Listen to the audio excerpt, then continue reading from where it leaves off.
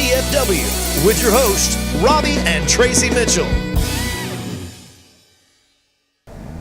This thing is so dirty.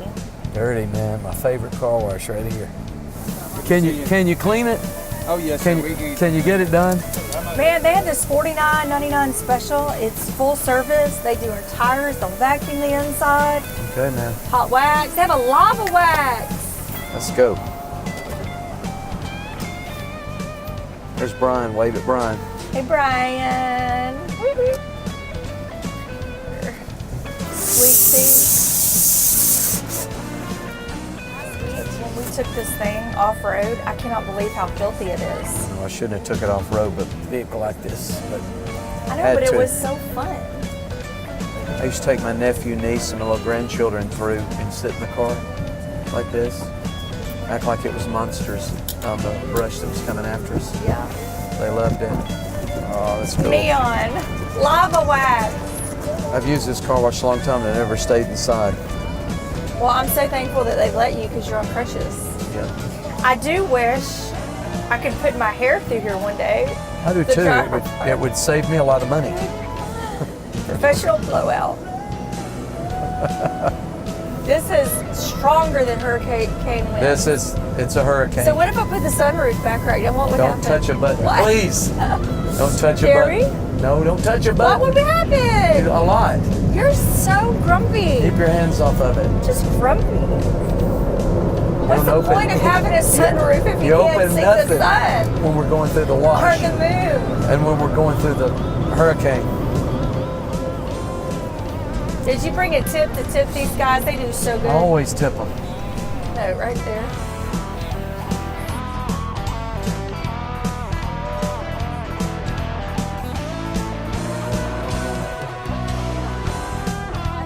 Stay in. I think that's what they want us to do.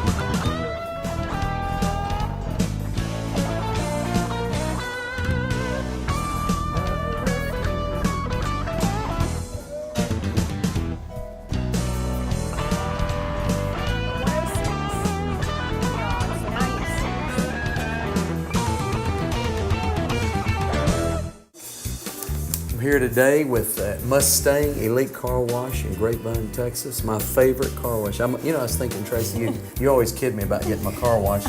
Like I'm an addict about it because I like a clean car. You're OCD, just a little. I'm over, man, the other day I found out I'm over half a century. And all the car washes that I've ever gone to in several states, this is my favorite.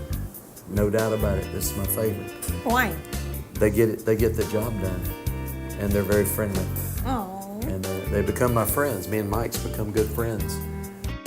5 or 6 years. I won't tell you any of the stories about it at all. No. But it is a great car wash. Mike, what all do you have here to offer? We do car wash, detail, oil change, state inspection, all your preventive maintenance over at the Loop Center. And even stuff for the ladies. Oh, and of course our gift shop. Okay, I just. Now listen, I come in, you kid me about coming in once or twice a week to get this done, okay? But what did you get? What all do you have in there? Okay, so of course I'm going to get my Alabama Roll Tide. They have collegiate Lord. apparel. Mike, what do you have Alabama They have stuff for in Texas? high school apparel. What is that now? Is You that my need team? this. This is Hey, apparel, but you can't wear apparel. sequins. You're a guy. Nationwide known high school football team. My son-in-law's favorite Cowboys hat, Oh, your son-in-law. but he That's can't see mine, this too. because this is for Christmas, like for real. Okay. And we have candles. We have goodies. You need these Okay. sunglasses, Got which you sunglasses. broke 13 of a pair All today. right. Cool, okay. Candles, all kind of stuff. And then we have your smell goodies for your car. So I know we fight about this every time because they have like, how many flavors do you guys have? We have like 13 right now. 13 flavors. And so my favorite is leather. And you always get what? Pina colada, Do you like pina colada and black cherry? black cherry. It's like a rainbow. I can just sit here and smell them all.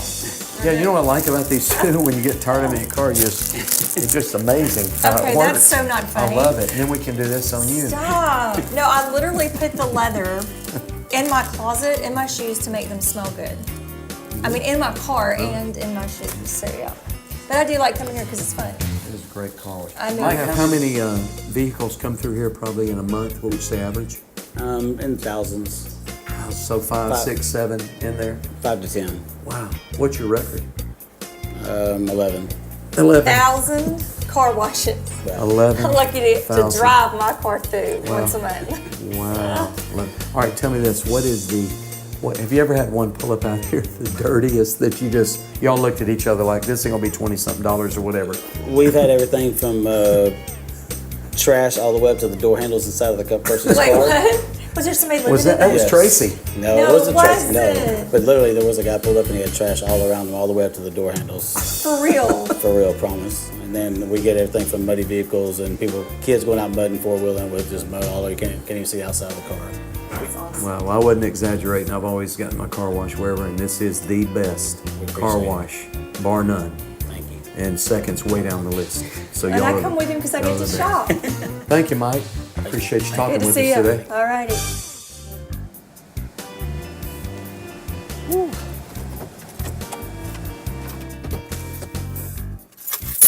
All right. You need help with those crutches? I got it, honey. Thank you. Isn't that something?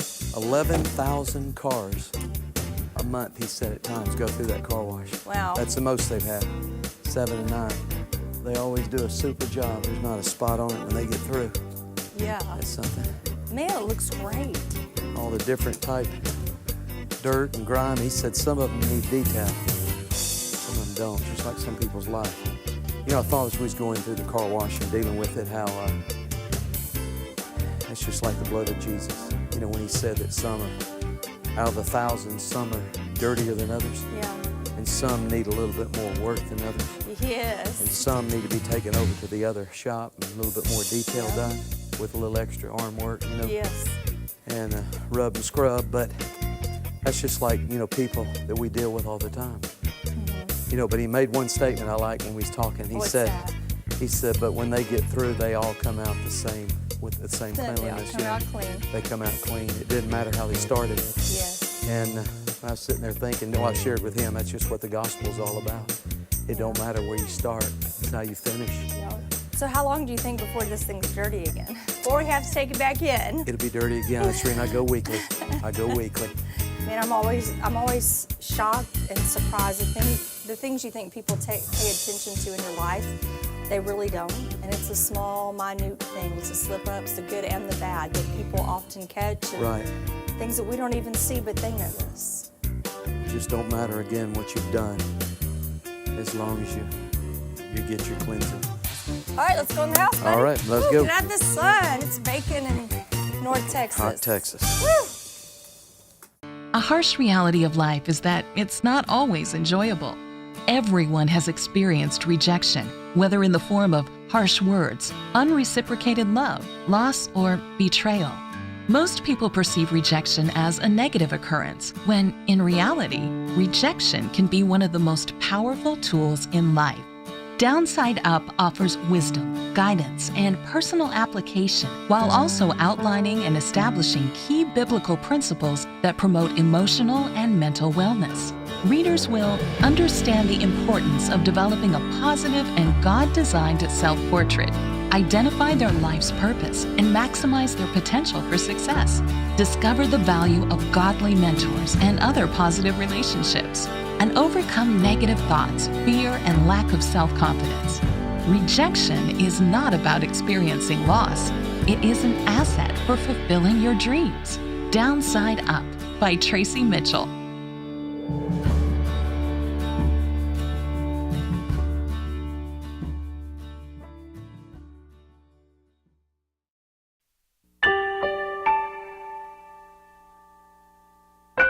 I remember the day I was out of town. I had flown out of town to attend a conference.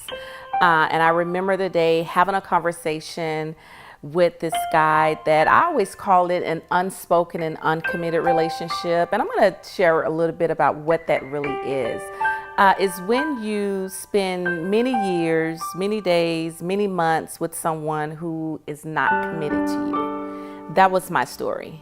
That was my story several years ago. I spent 7 years waiting on someone to make a decision about whether or not he wanted to commit to me. Within those 7 years, I I tried everything I could to make him want me, to make him like me. I would travel, just do all types of things because I really wanted to be in this particular relationship. This was a very hard time for me during this particular time. But one of the things that really hit me was several years ago, we were actually having a conversation, and I remember asking him, those questions that, we as women usually ask when we really want to be with someone and we really want a relationship with someone. One of the number one questions that I would always ask is, where are we? Who am I to you? I would always talk about, wanting to be in a relationship, wanting to be in a committed relationship. I think if he would have just committed, I would have been okay, but he wasn't, willing to do that. And so I would always ask those questions, when will we be in a relationship? This is what I want to do. And I never forget, that last time I asked him that question, it was like something just happened that particular day. He turned to me, he looked me dead in my face, and what he said to me was, why would you want to continue to be with someone who has told you over and over again that he's not ready? I was shocked. I was angry. I was hurt for the most part.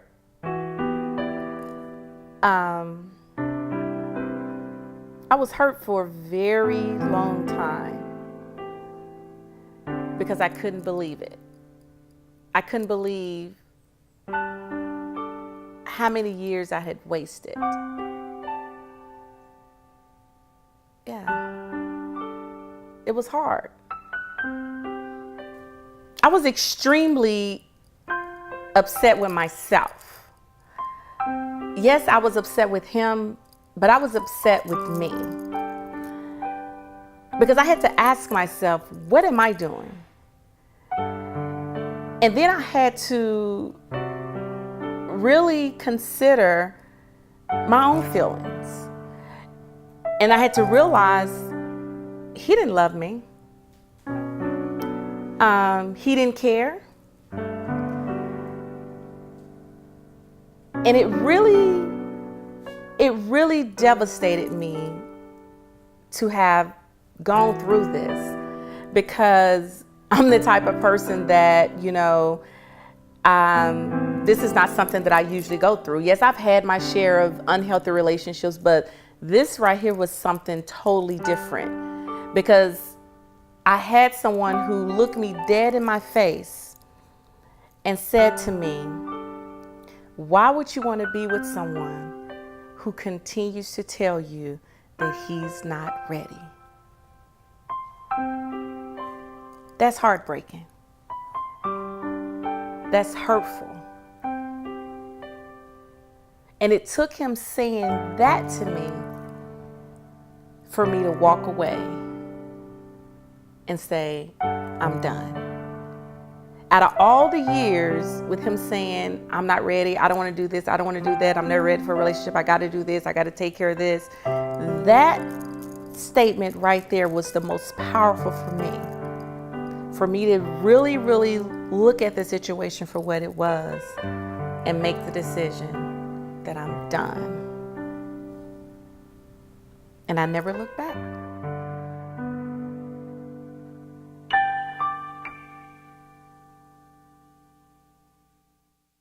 Hi, we are so excited that you're joining us today. We're going to have a wonderful conversation with our dear friend LaWanda Evans, all the way from, is it Lancaster, Texas? Lancaster, Texas. Right. I'm so glad when I began to read your blog and I began to hear you on our mutual friend Sherry's show, I was blown away by some of your concepts, precepts, things to do with singles. So how does someone know, because many think they're in a healthy relationship, what are the red flags that someone may be unawareingly in an unhealthy relationship? One of the things that you can, to help you to identify whether or not you're in an unhealthy relationship, is whether or not that person is emotionally abusive. If that person has not committed to the relationship and they want the benefits of being in a relationship, however, they don't want to make the commitment, that's a way. And then if you're in a relationship with someone and they're physically abusive as well, that tells you that you're in an unhealthy relationship. And then if you're in a relationship with someone and he or she, whichever way it goes, if that person is treating you indifferently, if they are demeaning you, if they're putting you down, if they are talking to you, incorrectly, talking to you crazy, or, saying different things to you that hurt your feelings, or saying things over and over again to hurt your feelings, those are signs that you are in an unhealthy relationship. And sometimes you can't see what's going on, but you really want to look at some of the subtle things that are happening.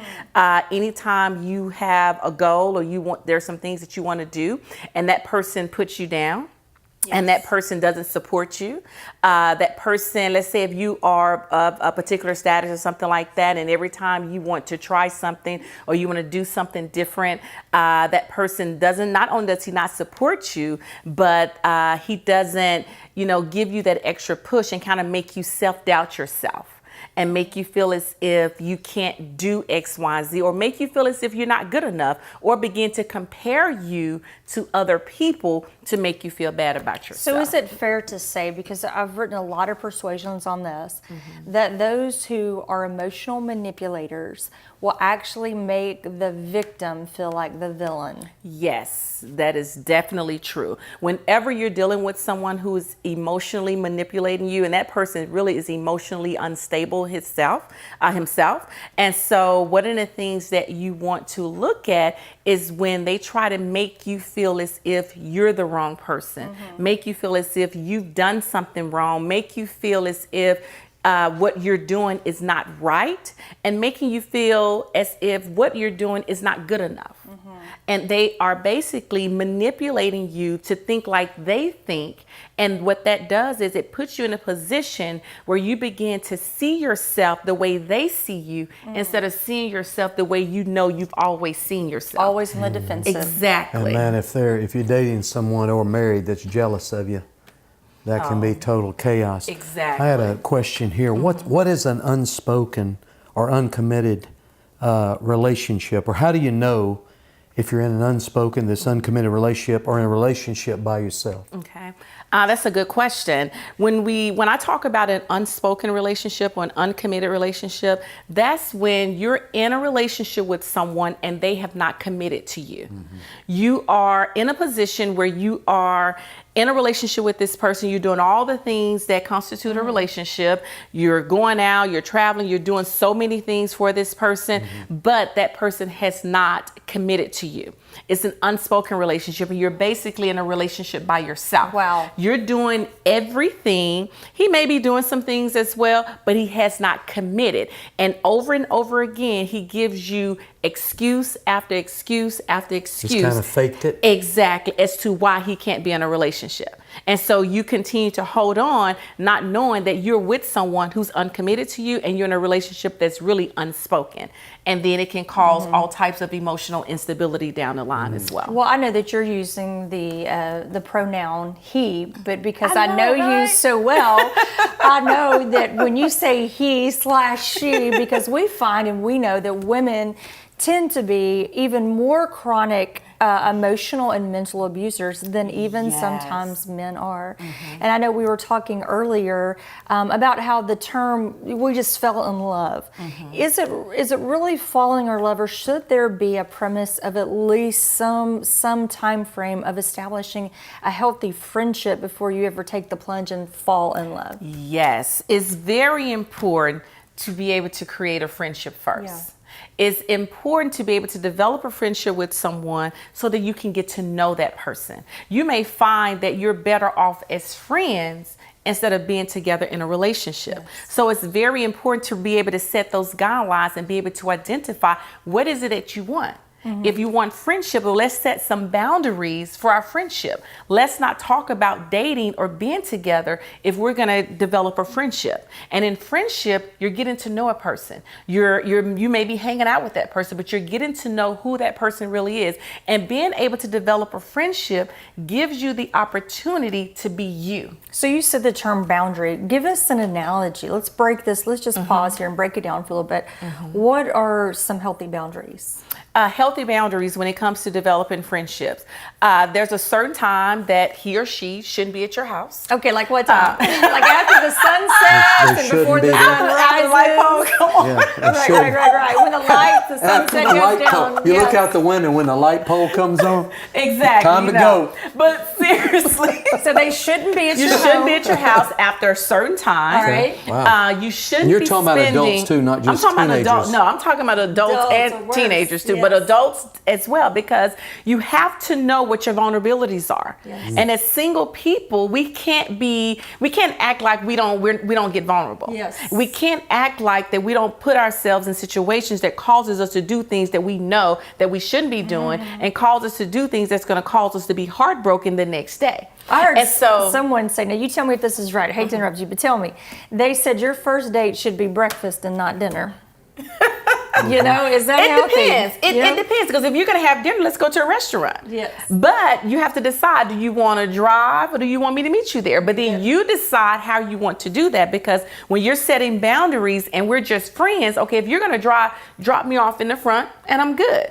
If we're going to go out to dinner, then let's go to a nice restaurant. Let's go to a restaurant so we can talk where there's a lot of people, where we can talk and it's just not you and that person actually, at that particular place. You know, I've told a lot of 17-year-olds, 18-year-olds, 19-year-olds, but also 40-year-olds need to hear this. Adults that date is simply one of the biggest mistakes of your life. You better be careful who you date. That's right. Because you can fall in love with someone God don't want you falling in love with. That's right. And that's all I got to say, because it's over then. If Yeah. you fall in love with someone God never intended you to fall in love with, we're talking about as a believer, Exactly. you're in trouble. Exactly. I got a question here that I put down. Why is it important, this is very important to those watching, to identify what you need in a relationship versus what you want? You need to make it plain to the other party. Yes. When I talk about identifying what you need versus what you want, many times what we want deals with a lot of the outer attributes. He or she has to look a certain way. They have to make this, amount of money, or they have to do this or do that, or X, Y. It's more about the outer when we talk about what we want. But when we talk about what we need, we're really talking about those things that's going to sustain the relationship, that's going to sustain the marriage. For example, if you know consistency is very important to you, that's something that you need, versus he or she looks a certain way. Because if you know consistency is important, that's the thing that's going to keep you up at night. So we need to be able to identify what we need. If you know that honesty is important, if you know that loyalty is important, Yes. if you know that being able to communicate is important, those are the things that you need that sustains the relationship. All of the outer things are things that we really want. That's what I want. And I think sometimes we merge those things together and say, okay, what you need and what you want is basically the same thing. And I beg the difference, because what I need is totally different from what I want. I may want tall, dark, and handsome, but what I need is consistency, because he can be tall, dark, and handsome and not be consistent. No then I'm going to be faithfulness. up late at night crying and frustrated. So we got to be able to identify Yes. what you need when it comes to relationships. So you're an expert for many reasons. Now you're a licensed counselor. Yes, Is that right? I'm a licensed Tell us a professional little bit counselor. about what your professional background is like. Okay. In my profession, I am a licensed professional counselor. I'm also a national certified counselor. And I provide counseling services as well as coaching services for women, and also work with couples. And so what I do in my practice, I work with women, and what I do when working with them is that I help women and teach women how to love themselves. Wonderful. I teach women how to make healthy relationship decisions, and I also teach them how to make positive changes in life that lead to happiness and improvement in their emotional and mental health. Because I understand that sometimes we as women, we go through so much, especially when it comes to relationships. So I'm in the business of helping women to be able to deal with those issues and deal with their challenges. And then I work with couples. I provide premarital as well as couples counseling to really help couples to recommit, to reconnect, and to rebuild their relationship. And so I do I would say a wide range of things in helping people to really work on their relationship skills and really help them to build what it is that they want and to make sure that they have a healthy relationship. It's not impossible to have a healthy relationship. What it is, it takes a lot of work. And what I've found that many people, single and those that are in dating relationships together, they don't want to put in the work. Wow. So you use the turn phrase that you must love yourself. Yes. So tell me 2 or 3 short phrases that one must do in order to love themselves completely. In order to love yourself completely, number one, you have to be whole. Okay. You have to know what that looks like. If you've gone through life and you don't know what it looks like to really love yourself, you need to identify what makes you happy. What are those things that you enjoy doing? What is the thing that you wake up every morning and you're passionate about? And then you have to go out and do those things. So that's what that means, to really love you, to really be in tune with you and not be so concerned about wanting to be in a relationship, but become whole as an individual before you actually get into a relationship. So what are 1 or 2 things that person that finds themselves over and over trapped in pitiful choice relationships, they cry themselves, they have anger management issues, all because they're repeat offenders when it comes to relationships. What would 2 or 3 things you would say to them today? The first thing is acknowledge the fact that you're making those decisions. Okay. Because we first have to acknowledge that there is a problem. And many times we deny that. Yes. So acknowledge the fact that, hey, there's something wrong with this. And then the second thing you want to do is begin to seek counsel to deal with why you're making the same decisions. Why are you dating the same person that looks different? Yes. Being able to really look at that and see why you're doing it. And that only comes through counseling, to really look at your pattern of unhealthy relationships and see how that's impacting you. And then being able to look at your past and being able to look at your environment that you were raised in. Many times we fail to realize that how we were raised and our past relationship experiences actually lead us to unhealthy relationships, because we're seeking something that we did not get or something that was taken away from us, and so we end up in an unhealthy relationship. So if you don't deal with your issues ahead of time, your Yes. relationship, the percentage is against it working. Exactly. Your marriage is a mess. That's right, It ain't because you gonna have work. to deal with your issues. You gotta deal with it. I know you've received invaluable information today from our friend Lawanda. Go on her website. You'll be challenged, you'll be changed, and most importantly, you'll walk away with a fresh mindset on how to have a healthy relationship. Thank you so much. It's been Thank great you. to Thank be you. here with you. Blessings to you today. Amen. Thank you. Thank you so much. Hey, Mike. I'm here today with Mustang Elite Car Wash in Grapevine, Texas. My favorite car wash. I was thinking, Tracy,